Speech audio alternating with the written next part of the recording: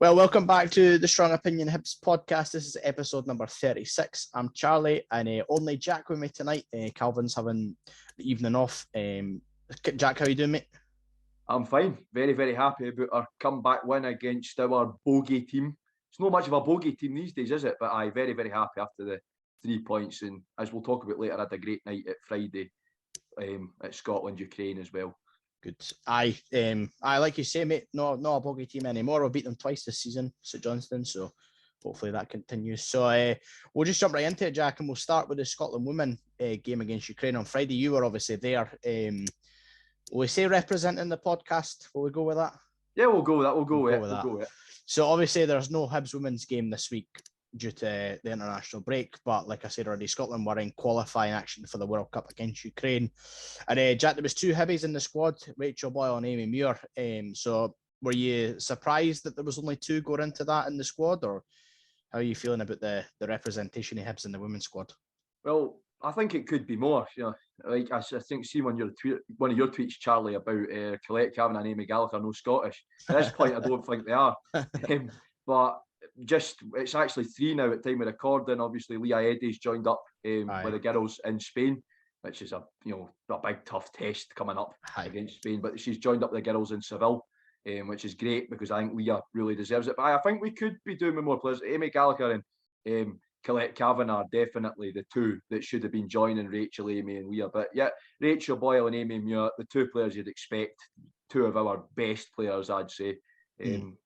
Rachel played the full 90 against Ukraine as well, and I think she was one of our best players that night. Scotland, as I'll discuss later, didn't exactly cover themselves in glory, but Rachel had a good individual performance and she played really well. And I'd say in terms of the Scotland backline, she's about one of the only players that gets patch marks for me in the Scotland backline. I know Jen Beattie got the hook at half time, but her and Jen Beattie are about the only defenders that got pass marks for me on Friday night. And then Amy Muir, unfortunately, was an unused sub. But, it was the sort of game where bringing on a full-back just wasn't going to help.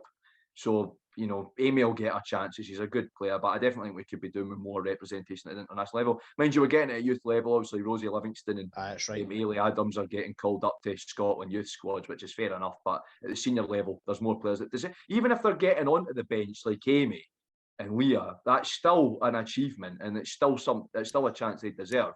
Especially, we've got Faroe Islands, we've still to play them away. That's a prime chance for Colette Cavan or Amy Gallagher to get a few goals against, because the Faroe Islands, in terms of women's football, really are poor.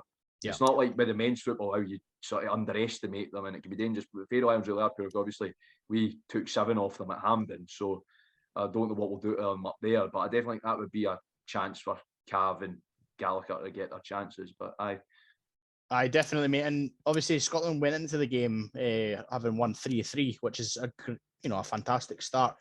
Not much really you can ask for more. But obviously Ukraine are a tough opposition. They're a very good side, the Ukraine women's team. So what was sort of your thoughts going into the game? I know we texted a wee bit back and forward before it, thinking it was going to be a cracking game. But apart from that, what was your thoughts going into it? I was nervous, and I did say to you, I think Ukraine would edge it, and they very nearly did. I was nervous because I know this Ukraine team.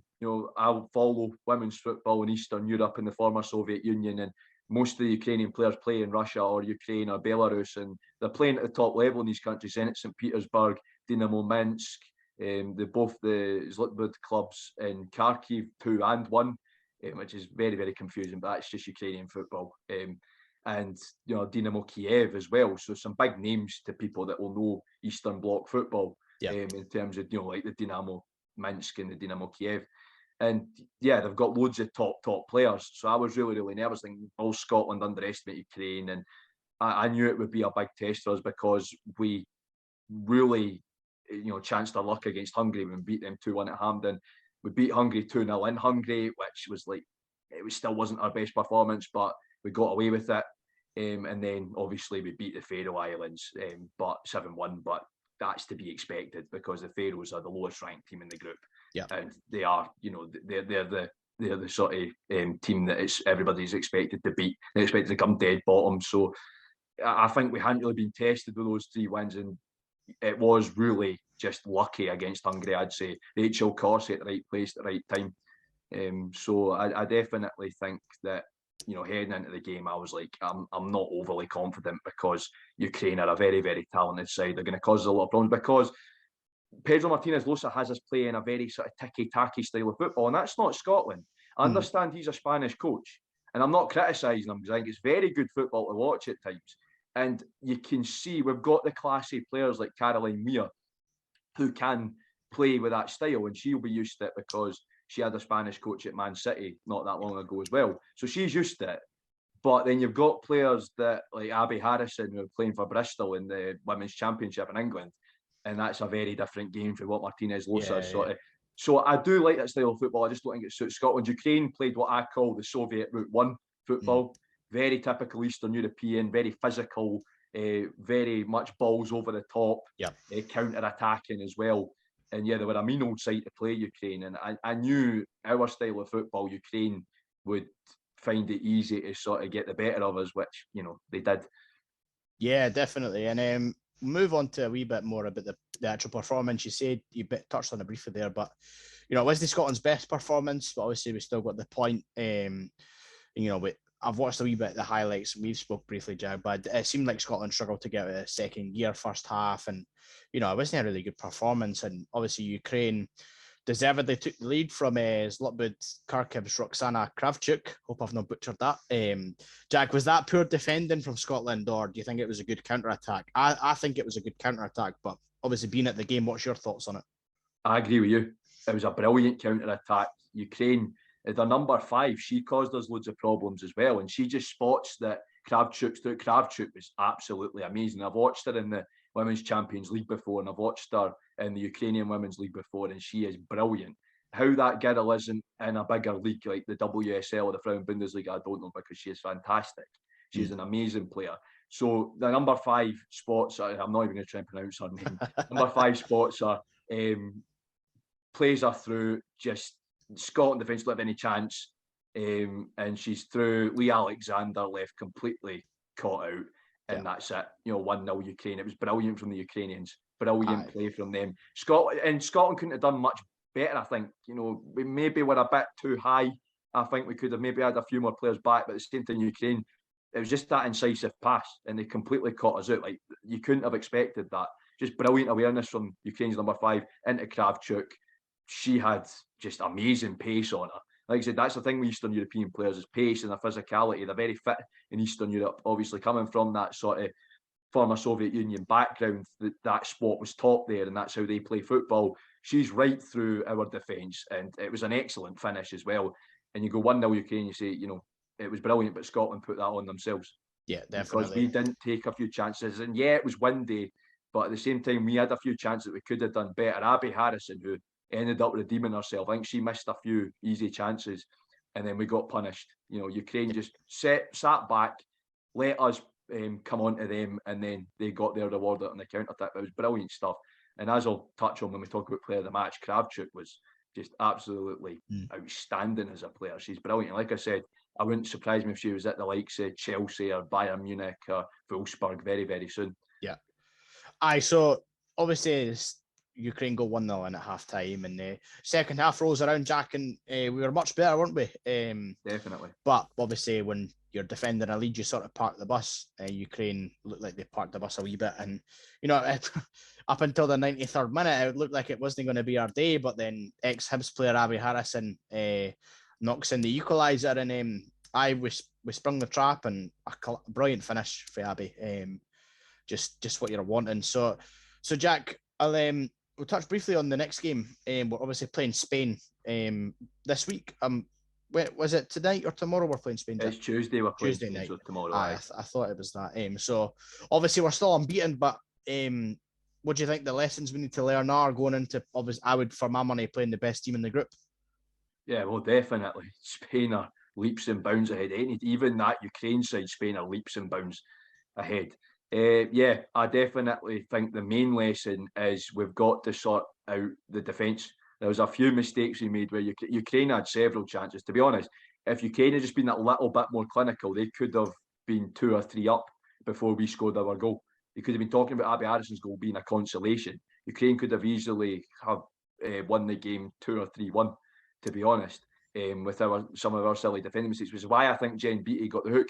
I think Jen Beattie is an unfair scapegoat at times, though. She's a good player, and she just, I think, gets made to take the blame for the mistakes the rest of the team. I think Jen's brilliant, and she's putting in 9 out of 10 performances every week at Arsenal, and Arsenal are a top side.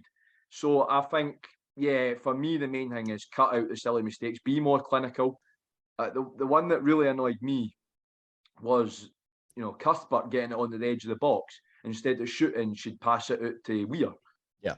And I think, Erin, don't be afraid to, Erin's got a deadly shot on her. Don't be afraid to take it on. And that's what we're going to need to do against Spain, because Spain are going to just, how Spain play at any level. They'll just try and pass us to death.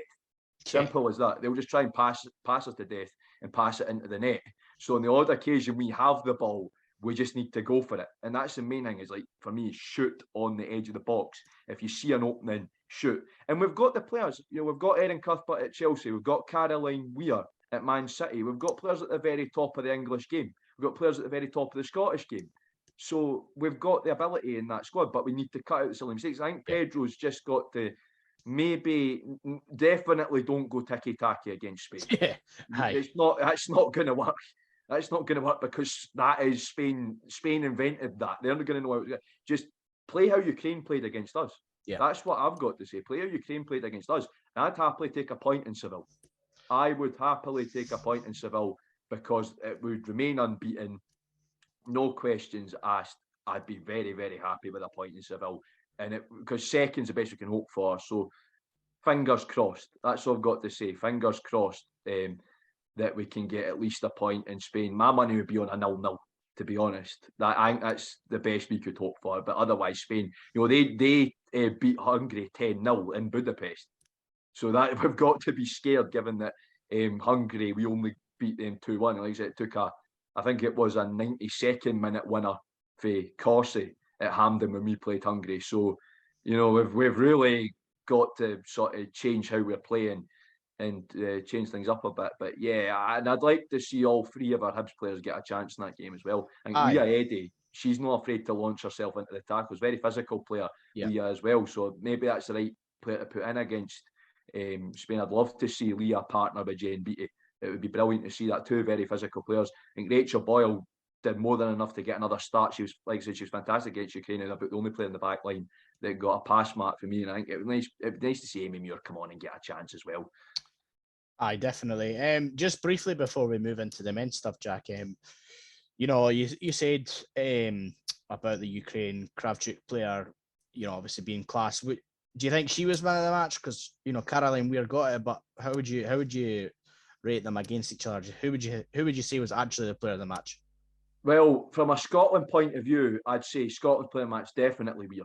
And a lot of folk were saying, but Abby Harrison scored the equaliser. Abby Harrison, yeah, that's fine. She had an okay game. Like I said, she squandered a few chances early on in the first half. For me, it's Weir. Weir was pulling the strings as per usual. Weir's our best player, in my opinion, right now. Definitely. Weir's our best. In terms of the performances she's putting in, a lot of folk would maybe say, it's Erin Cuthbert. Erin Cuthbert's not been consistent enough at the national team level. She's doing brilliantly with Chelsea and WSL, and she's coming. It's a bit like how Andy Robertson used to be. Consistently performing for Liverpool, coming out of Scotland and not doing too well.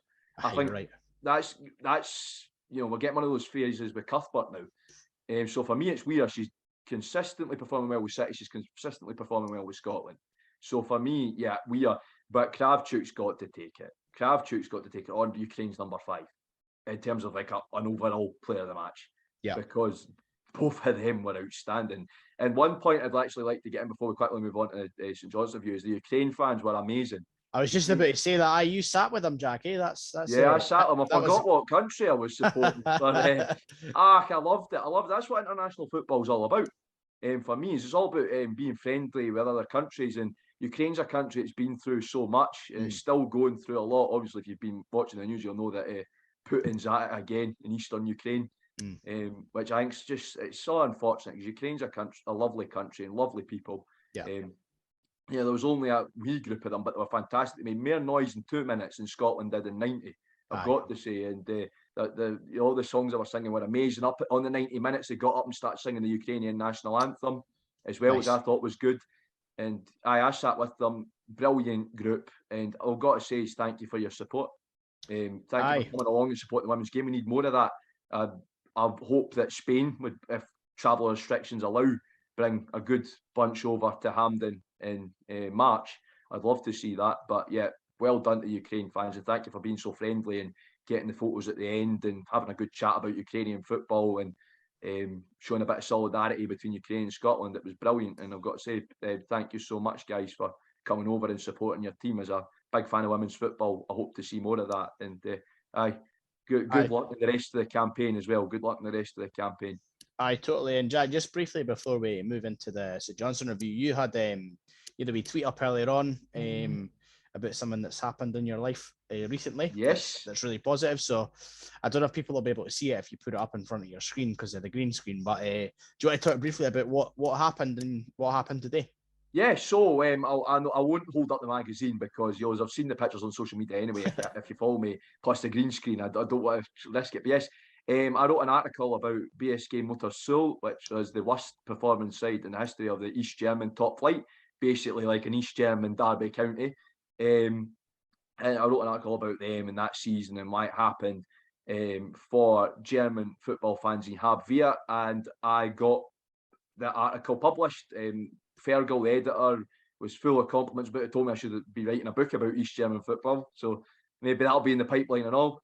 Yeah, it was brilliant, and it feels so good to be published and get my work recognised. I'm really, really happy, and the next article will be coming out soon. And if you haven't already got a copy I have here, guys, please consider getting it to read my article, read all the other fantastic articles. Everybody that's contributed has written some interesting stuff about German football. And it's stuff that you just won't get in the mainstream football magazines either. So if you're interested in football, please consider buying a copy. It's only £6 and the production value is amazing. Fergal and the guys that have here do an absolutely amazing job. So yeah, and I'm just so happy to be published. It's another big step in my journey in sports journalism. So very, very happy with that. Aye, that's good, and I'm looking forward to reading it when I get my hands on a copy. So let's move on to the background that I've got on in my Zoom call today, the St Johnstone review. And Jack, what a win for the Hibs. We were texting each other in the group chat, me, you and Calvin, at about maybe 75 minutes, all doom and gloom, and then at 90 minutes we're over the moon. So we'll go before the game starts, Jack, and 2 o'clock rolls round and you see the team sheet. What was your thoughts on the team sheet this weekend or last weekend? Well, I was pretty happy with it. I'm going to be honest. I'm pretty happy. And the main thing for me was I was glad that Callum was getting another chance. After, I tweeted that after an underwhelming performance at Audrey, it was good to see him getting a chance to prove himself. Aye. Again, it was good to see Campbell in again because I think the lad deserves as much opportunity as he's going to get. He's a good player. He's proved himself, like we said in the Rangers review, like a duck to water. So happy with that. And apart from that, I was really, really happy with the lineup. So I had no complaints. I was like, come on, Hibs, let's get this done. I agree, mate. I think especially missing Boyle and Deutsch, as much as Boyle's my favourite Hibs player, it didn't look like we missed him on Saturday, which is strange because, as we'll touch on it in a wee minute, but we played really well together as a team. And I agree, it was nice to see Gullen get a start. I was thinking James Scott might have got the nod over him, but no, cracking to see Jamie Gullen get another shot. So I will look at the first half then, Jack. It's obviously a game of two halves when you look at it, but in the grand scheme of things, Hibs were a much better team. If you look at the stats, we had much more of the ball than St Johnstone. I think it was something like 68% possession we had, which is unheard of for a Hibs team in recent memory to have that much of the ball. But we battered them first half, Jack. I don't know if I was at the game, so I don't know if you've had the chance to see the highlights of that yet. Yeah, but, I have. What was your thoughts maybe mainly on just that point of we battered them first half, I would say. Oh, we did. I think you could say that the better team went 1-0 down.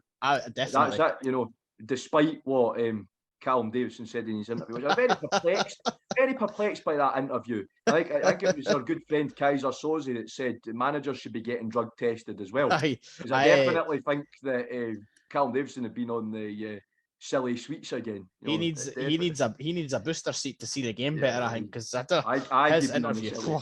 To be honest, mate, I think he'd been on the silly sweets, hadn't he? Oh, so he'd been on something, mate. But He'd been on something, but aye, yeah, I think we absolutely batter St Johnstone. It's the most dominant I've seen Hibs in a long time in a game. Aye. We were all over them like a rash, basically, you know, and it was good to see, but then sort of the typical Hibs, we didn't really use that to our advantage. Aye, we'll get to that in a wee second.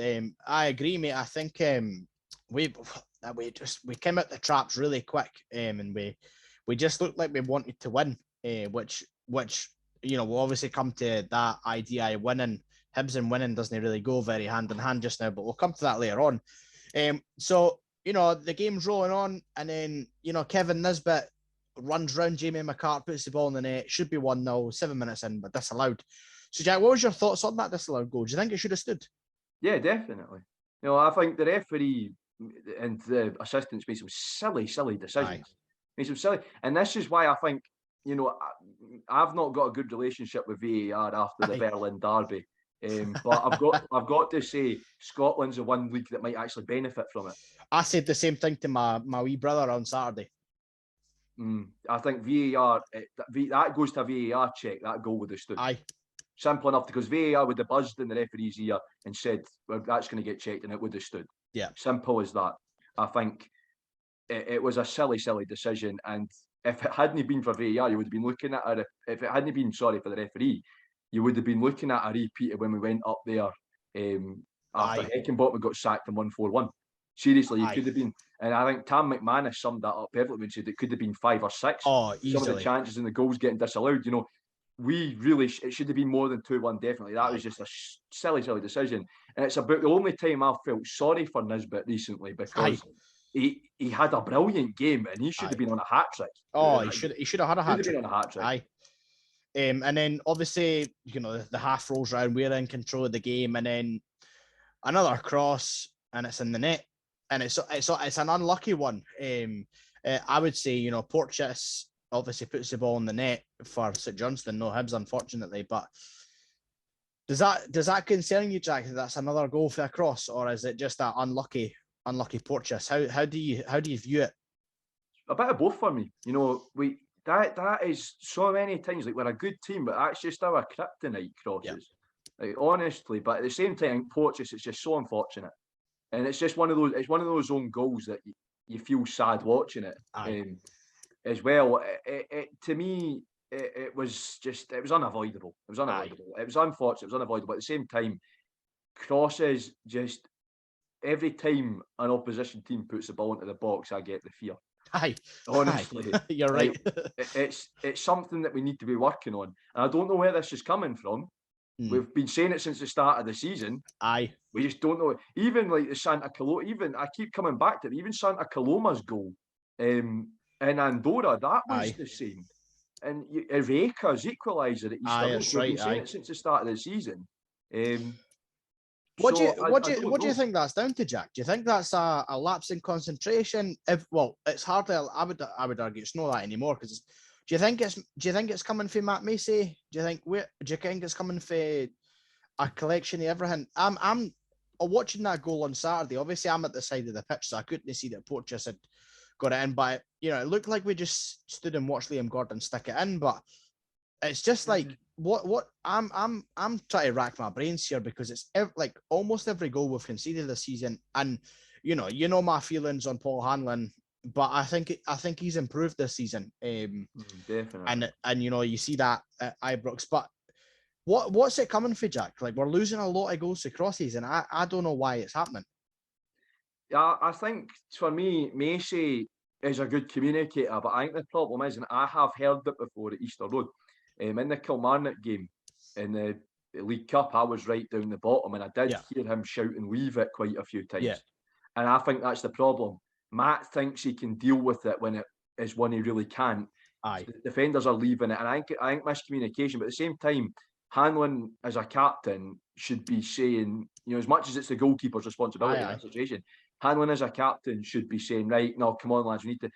Because what I've noticed at the women's team is Gabby will say leave it sometimes, but Joelle will go, right, hold on a minute. And I think that needs to happen with Macy and Hanlon. Yeah. Because Macy, I think sometimes misjudges the flight of the ball, thinks he can claim it and he doesn't. That's what my interpretation has been of quite a lot of these goals, which isn't a bad thing. It's good to have a communicators, but the only bad thing I'll say against Rocky, sometimes he wasn't vocal enough. Definitely. And I think Macy is, but the problem is Macy can be vocal at the wrong times. I'm not criticising him. I love the big man. I think he's one of the best keepers I've seen in my lifetime at Easter Road, Marciano aside, and Conrad Logan, obviously. So I think I'm not criticising him at all, but I do think that's part of the problem. The other one is I think sometimes it's like I don't know with handling. Sometimes he's scared he's going to get a head knock after he got those ones. That might play into it. Which again's fair enough, because concussion these days, what you see about like footballers and rugby players getting dementia and everything like that, you know, fair enough. I'd be scared as well. So I think you can see that, but I don't really know. That's just me theorising there. But I think something that we just need to keep working on. I think my problem, well, it's not a problem. I mean, some people might perceive it the way with what I'm about to say, but my issue with these calls for the crosses is that Mason hardly ever leaves his line when a cross comes in. And, you know, we make jokes about it, but he's 6'7". Like, he can command his box being that tall, you know, and I think some of these goals are definitely avoidable if he comes off his line, because, you know, if there's a 6'7" keeper 3 yards off his line, the ball comes in, he's going to win that every time. Oh, definitely. And you seen that against Rangers at Hampden. He was commanding that, he was coming out of his line, grabbing the balls, and I think sometimes it just needs a wee bit more of that from the big man. But, you know, he doesn't fill me with a lot of confidence with some of these crosses into the box that, you know, if he's staying on his line, it's an easy shot for the. Sometimes it's an easy shot, but sometimes the goals are unavoidable. Like Saturday, I think if Porteous had left it, Nisbet was scoring off the line. But, you know, in hindsight, you can't do much about it. So, but, you know, it's a worry for me that we're conceding a lot of goals to crosses after not conceding a lot last year. But so apart from the goal, the big talking point of that half, Jack, was the red card for St Johnstone. Craig Bryson, you know, there was a few St Johnstone players that were walking a tightrope after a few bad tackles. But what did you make of the red card? Yeah, no, it's a red, isn't it? And St Johnstone, that's, for me, I hate teams like that. I'm okay with a team that's mean and physical because I want to see more of that. Why? But I don't like teams that are mean and physical and ill-disciplined. And St Johnstone look at McCart at Easter Road, I know. That's right. So St Johnstone have been very bad discipline-wise this season. I don't know whether it's Davidson that's putting that into them because he's getting frustrated or what, because he was a bit like that as a player. I don't know. But I think it was a red. I've not got anything else to say about it, because obviously watching the highlights, they literally only showed you that, you know, they didn't say you the permutations and that. So I think for me it was a red, definitely. And I agree with you. There was a few St Johnstone players that were. Murray Davidson's another one that could have been easily sent off. He had 4 fouls I counted, and that, if you're still on the pitch after 4 fouls, what are you playing at? I'm not getting into how bad that referee was because my blood pressure will rise. But so we obviously go in 1-0 down at the half, and you said it unfairly. We were much the better team in the first half, and the second half comes round, and much the same story, Jack. But Xander Clark kept them in that game. I just correct you, Charlie, there. It's Teen Wolf, not Teen Xander Wolf. Clark. Sorry, you're right. And Teen Wolf. I forgot people call him that. But we played some excellent football in the second half. You know, there was a few occasions where Paul Hanlon's doing an overlap with Josh Doig, and I'm like, I've never seen that with him before. You know, and I'd happily see that again. Like, you know, and him and Porteous both were taking at least a 10-yard step up the second half. The line of engagement, I know we both play Football Manager, with a very high line of engagement, which is good. I want to see more of that for Hibs, being the high-pressing team.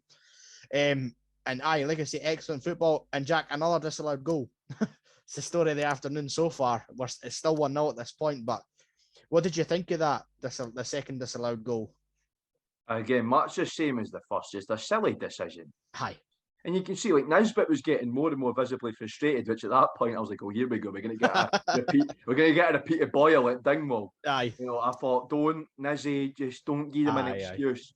But no, and rightly so frustrated. Again, it was a ridiculous one. And like I said, it should have been 4-1.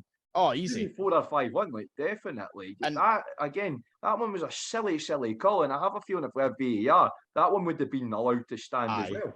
Do you know what the thing with that is, right? And I think Porteous leads with his arm to get leverage, and the defender, I think it was Jamie McCart, falls over. And why is that a foul? If you're, I forget that football is now a non-contact sport. Like Porteous has used his strength, he shoves him to the ground, not in a malicious way, and the goal's chalked off. That's football. And Jack Ross was going his dinger at the. I looked over to the touchline when that, and Jack Ross is going mental. Good. And good.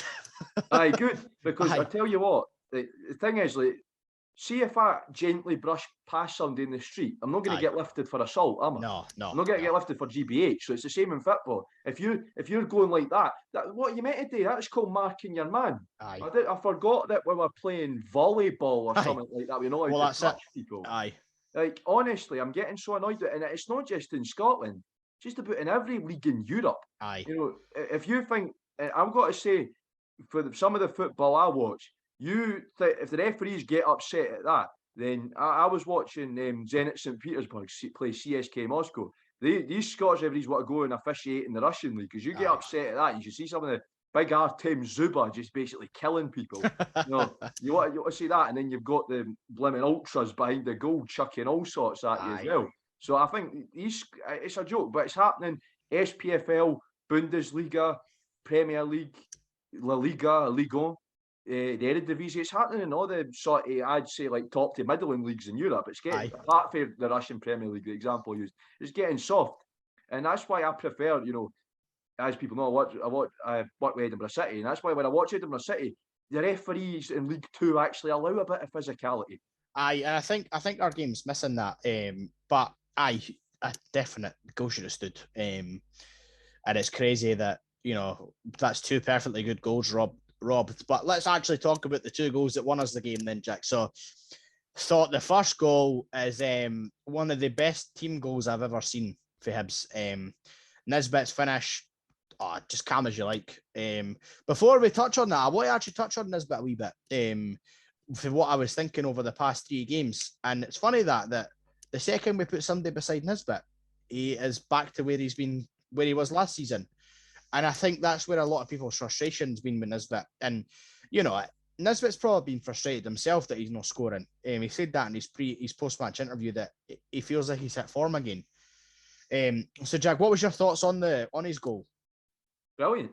And I agree with you, brilliant team goal.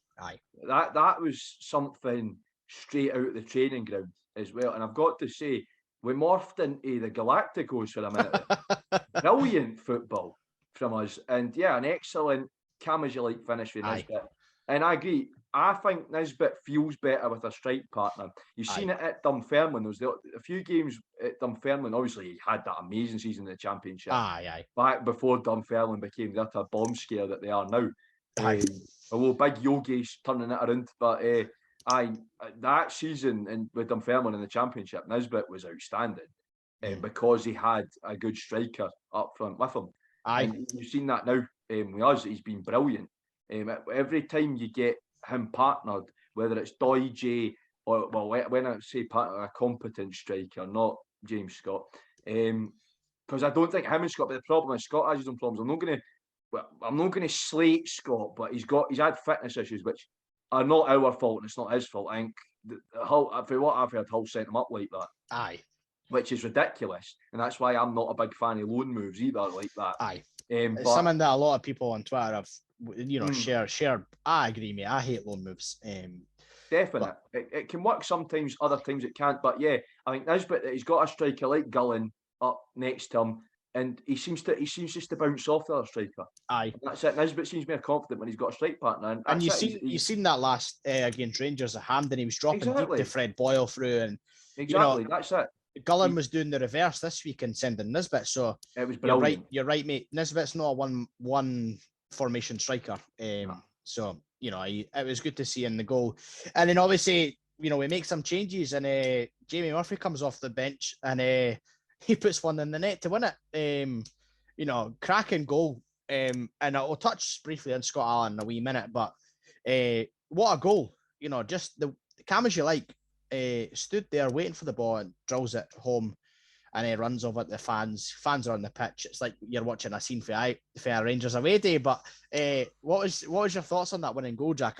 For my money, not as good as the first one, but still a cracking goal. Yeah, just to quote the great John Collins, the passing, the movement, it was brilliant. It was brilliant. Scotty Allen, I said it about his back heel to Boyle in the Livy game. I'll say about this filth. Yeah. Brilliant. Ball over Murphy. Murphy, how many times have we slated him on this podcast? Can I just point out that I am usually the one who slates him the least on this podcast, but you're right. Yeah, I mean, you're guilty by association. No getting into this. I know. But yeah, no, Murphy, that was brilliant. And that is what I like to see out of a winger, not just Murphy, but get yourself in the box and take a stab at it, and it paid off. Brilliant goal for Murphy, and that's what I see more of, because the last time I remember Murphy scoring for this is the last goal I remember Murphy scoring for us, was against, I remember him against Celtic, off Nisbet's rebound at last season. I can't even remember if he scored. Remember Nisbet's penalty got saved and Murphy scored the rebound, and of course the Rangers fans had much joyous laughter about that. But Murphy's a Hibby now. He's come to the good side. But brilliant stuff in Murphy, and that's the player that we know he can be. So I want to see more of that. What I'd love is if he scores one like that at the South Stand, and he's going up to the Rangers fans like that. Make it happen. But brilliant. It was a fantastic effort and brilliant stuff with Scotty Allen. Just on Scott Allen, Jack. I've seen a lot of people calling for him to start every week. And what's your thoughts on Scott Allen? Obviously, he's just turned 30 and he's and I'd say I think he's past his prime now, I would say. Some people would argue still in that prime years, but what's your views on Scott Allen, Jack? Do you think he should start every week? I've got my own views that I'll raise in a wee minute, but what's your thoughts on it? I think this game and also the Livingston game proved that now Scott Allen is the sort of player that is better served as an impact sub. We bring him on when we need to either put a game to bed or we need to win a game. Yeah. Because I think he didn't have a great performance against Dundee United when we started him. I think he's just that sort of player now. And I wouldn't say he's out of his prime yet. I think he's towards the end of it, definitely. Because you look at his position and there's lads that are older than him that are still in his prime. So I think, I think for me, Scott is an impact sub now. I wouldn't start him every game. He's definitely, he starts some games for me, but against sides like St Johnstone, against sides like Rangers, he's a player you bring on when you need to put the game to bed or you need to win a game, because he just provides that something a bit extra. I think Campbell does a good enough job on his only young lad, and then Scott can come on and provide that bit of oomph that Yeah, so that's it for me. For me, I'll say Scott Allen impact sub. That's my feelings on him as a player, and it's been proved in Livingston game at home. It's been proved against St Johnstone Saturday as well. I thought you were about to offer a different view for me, and I was ready to have my wee thought, but no, I share the same view, and it's something I've had a wee couple of conversations with some Hibs fans who are on the opposite end of the scale and think he should start every week. And, I think you just have to look at the games he started this season and the games he's come off the bench to tell you where Scott Allen is best served as a Hibs player just now. That's 2 games that I can think of off the top of my head that he's come off the bench and we've won the game as a result. The Livingston one, he come off the bench at half-time, if I remember rightly. And yeah, he did. And we were 0-0 at the time. He comes off the bench. That spark. He comes off the bench on Saturday and we went 2-1. Exactly. That is the type of player that we need on the bench. I'm not going to go into our bench because that's a whole nother podcast. What bench? We've hardly got one. I could spend an hour talking about that bench, but no, I think you're right. I think we're both, and there's a few other Hibs fans that share the same view. Yeah, but there are definitely some Hibs fans that think he should start every game, and they're entitled to their opinion. Exactly, mate. I think he's an impact sub, and that's the role I use him in on Football Manager. And it's funny because he does the same thing when he comes off the bench and that. So, but he's an impact sub, and I think on Wednesday against Rangers, we'll come to Rangers in a wee minute there, but it's the type of game that I would love to see Scott Allen come off the bench. If say it's 1-1 with 20 minutes to go, you bring Scott Allen on, and I think we win the game. So 100%. I think I can see that coming in. The one thing, the other thing I'd like to say, all that thing about Allen is Football Manager never lies. If you trust Football Manager, but I completely agree with all the points made there. Livingston, he for our first goal, even he's the one that got the move going. That's right. And then that's it. Does that wee back heel for the second? Exactly. And that back heel was just brilliant. I mean, I still think about that. Aye. Yeah. And I still go back and watch that. I don't even watch the whole highlights. I just skip to that bit. Aye. Yeah, but it's brilliant stuff for Scotty Allen. It's just the vision that he has that we need off the bench, I would say. Exactly. And you see that with the goal, with Murphy's goal, he drops the shoulder and goes the other way. And exactly. the Johnstone, I think it was the Dunker was sold. And and that's it. And there he goes, he sets up another winning goal for Hibs. And it is interesting to say that he started against St Mirren, he started against United, and he was obviously he started against United away in the cup and we won 3-1. So obviously it's not all 100%, but it's all up for debate, and that's it. It's just one of those ones that everybody's gonna have their own opinion. I think St Mirren, I don't want to sound nasty, but he was like a passenger in this. Aye, and he was a passenger in the United game as well, hence why he got hooked at half time. Exactly, I think he gets weight in certain games. He gets wasted when he starts, but it's one that everybody's gonna have their own opinion on. It's one that's open to interpretation, and I think having said that, me and Jack Ross seem to have very similar dress sense when it comes to the suits and very similar views on football, by the way things are going with Scott Allen. So, must be something about being called Jack, fashion icon, and very good with football tactics. So it's funny you mentioned Jack Ross, because that brings me to my next wee point here. So, Jack, the paradigm swings for we've now won 5 in the league to Jack Ross has now won 2 of his last 3 games. So that's one way to shut the Jack Ross out brigade up. Mm-hmm. But what's your thoughts on that? Obviously we'd lost 5 in the league. It looked like we were heading for a 6th. If Jack Ross had lost that game, Jack, do you think he had much time left as the Hibs boss?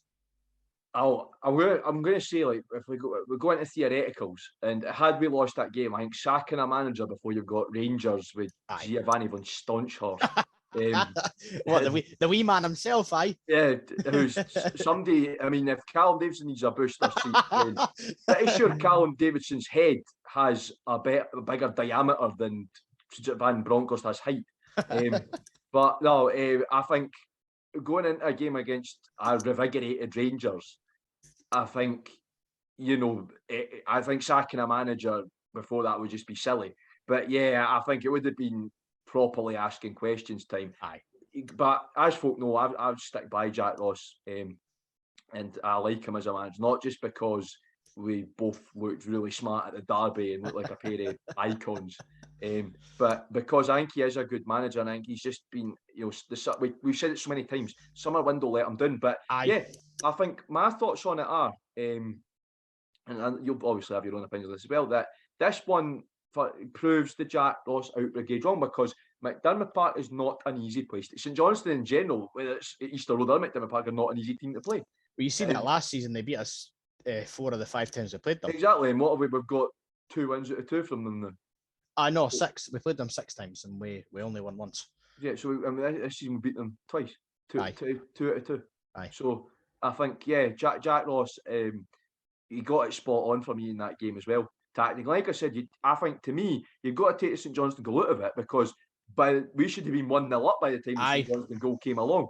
And like I said, if we got a bit more rub of the green with the chances and Nisbet's other goal had stood, we would have won that game 4 or 5-1.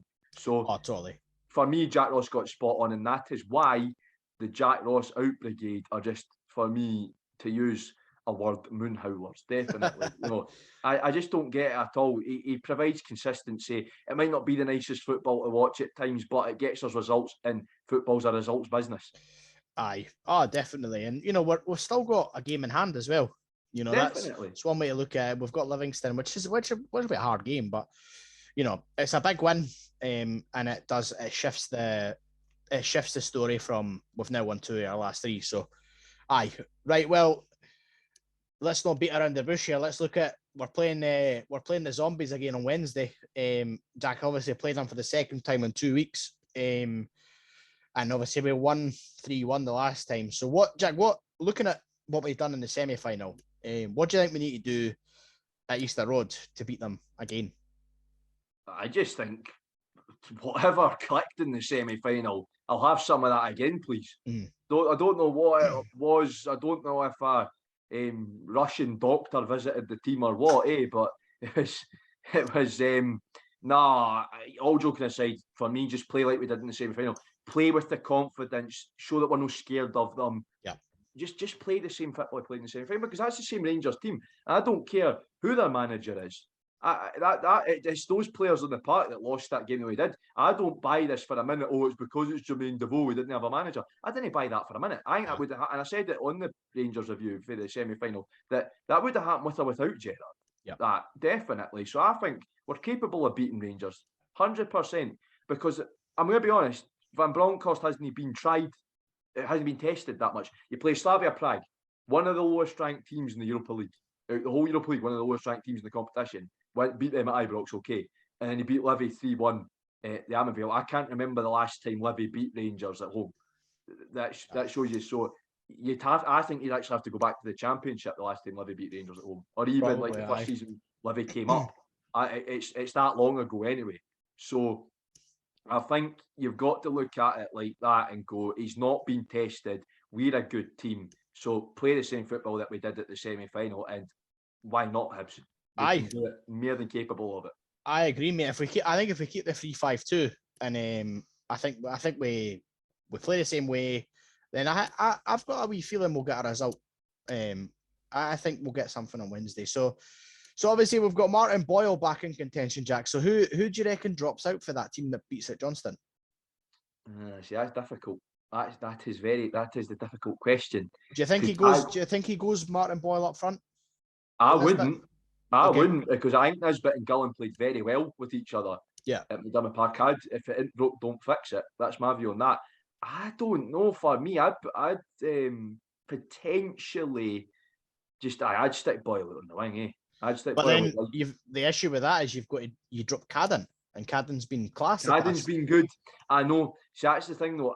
I honestly don't know. It's a tough one, because I would not drop Gillen, because him and Nisbet, brilliant understanding, like you were saying in that game. Aye. So it's hard for me, but yeah, Boyle starts. He's got Boyle starts for me as well. But so Jack, on the starting idea, what's your starting 11? So for me, bearing in mind we're probably going to play the 3-5-2. Yeah, 3-5-2. Keep it basically same starting 11 that played them, and basically same starting 11 that played them in the semi-final, but Gillen in there as well. Aye. That's it for me. That's it. Honestly. Aye. That's my starting 11 sorted. Aye, I would go the same, but I imagine that Gillen will drop out for Boyle. And then Boyle up top, which is fair enough. Like, I think that team gets a result, in my opinion. You know, obviously, like Josh Campbell, you know, he's doing the work, but you know, there's maybe an argument that Jack Ross maybe looks at Scott Allen, what he's done, and be like, actually, Scott Allen could start. But I'd keep it the same team, and put Boyle back up top, and that's it. Obviously, if we had Doidge, then Doidge would go up front, but my big naughty boy Doidge, isn't he? Aye, naughty boy. But you know, Paul McGinn's playing good. Paul Hanlon's playing good. Porteous is playing good, and it's funny that you put Paul McGinn in a back three and he's playing well again. Well, I tell you what, to me he's not a full back. To me, he's better as a centre half. I agree. Much better. I agree. That's the Paul McGinn we had last season. And having Cadden out that side, and then McGinn can go across is working really well. So I'd imagine Boyle will go up front. So Jack, what's your score prediction?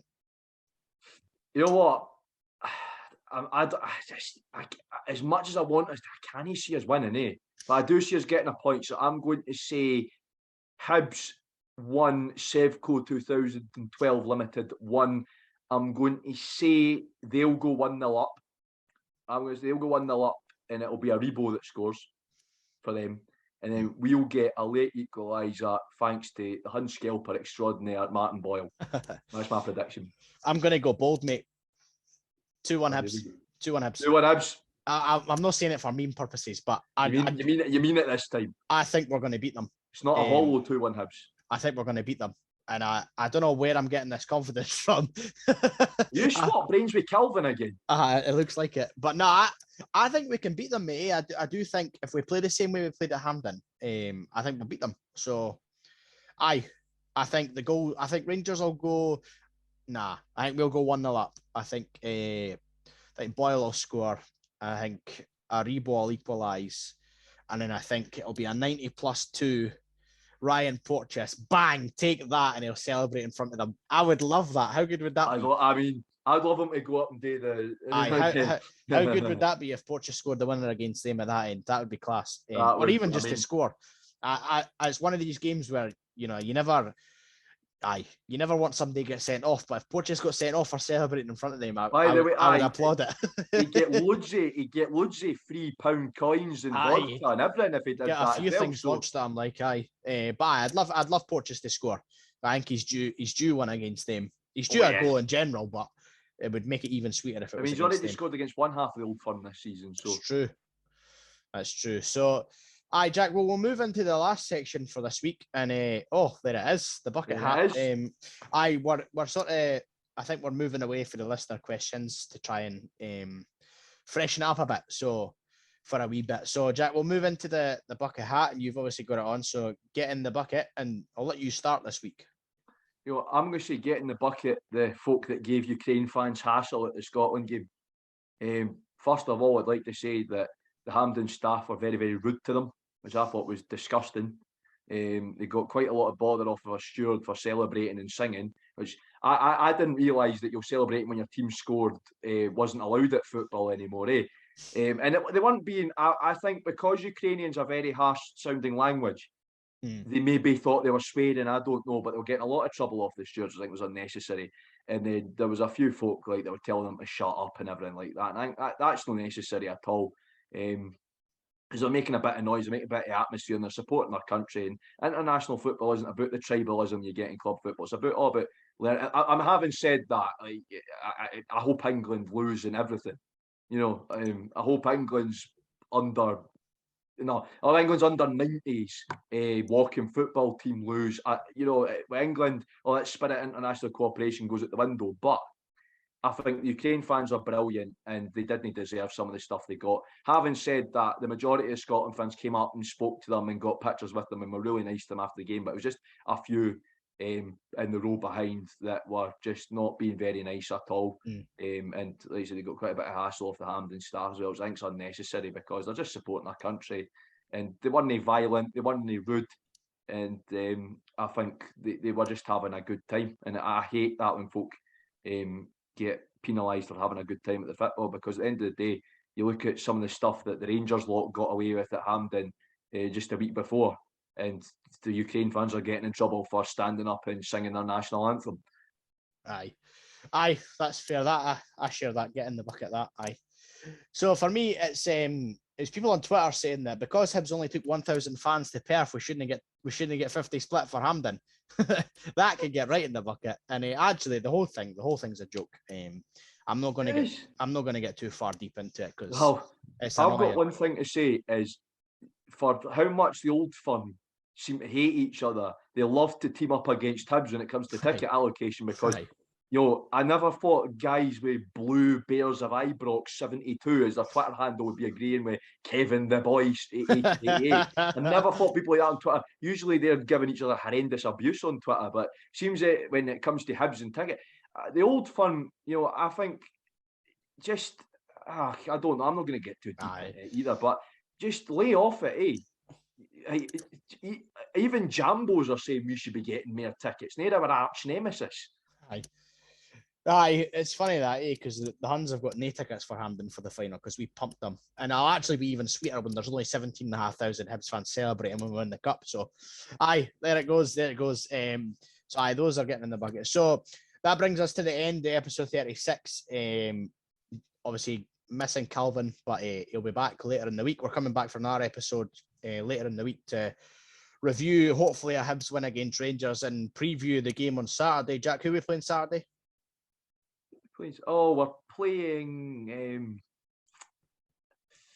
I'll get Calvin to edit this out. We're playing a team for Lanarkshire, mate. What's their name? They're playing Claret. I'm trying to get a joke. I'm not biting. Aye, we're playing the Well on Saturday, so I was trying to get that good joke going there. Yeah, and then you getting me forgetting who we play. We've got that many. Nah, I swear we've got more games than we've blimmin' got fans at this point. Aye, we've got a lot. We've got a lot of games. Actually, we've got more games than St Johnstone have fans. Aye, we'll go with that. Aye, we'll be back later in this week to review Rangers, preview the Well, and preview the Hibs women's game at the weekend as well. I think we've got that. Or no, we're not playing. Actually, I've got an update for you there, guys. The Motherwell game that was postponed due to the international break will not be played until the new year. You did tell me which that. means we won't be at home again before the winter break. But our derby at Swinecastle against Hearts is on the 15th, on Wednesday 15th. So if you can come along, that'd be excellent. Hibs are set to announce our away allocation soon, so you don't need to sit next to the Jambos. It's all right. Aye, and that's. But it's unsegregated anyway if you do want to sit. But like what we did for them at Easter Road, there will be an away end if you really just don't want to sit next to them, which I don't. Aye, that's fair. I don't know. From what I've been hearing, I suspect it'll be the usual stand we get for any other derby. So if you can come along, guys, it'd be nice. And me and Callum will be representing the podcast there. So if you can come at the end and sit with us, you'd be more than welcome. So I just wanted to announce that I'll actually just remembered that that the Motherwell game. Aye, she's fine. Thank you very much. So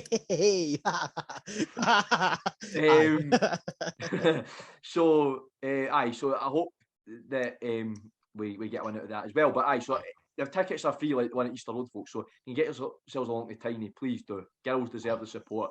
And hopefully we can like I said before, hopefully we can outsing that mob for 90 minutes as well. Aye, definitely. Well, we'll be back later on this week, and until then, one of Hibs.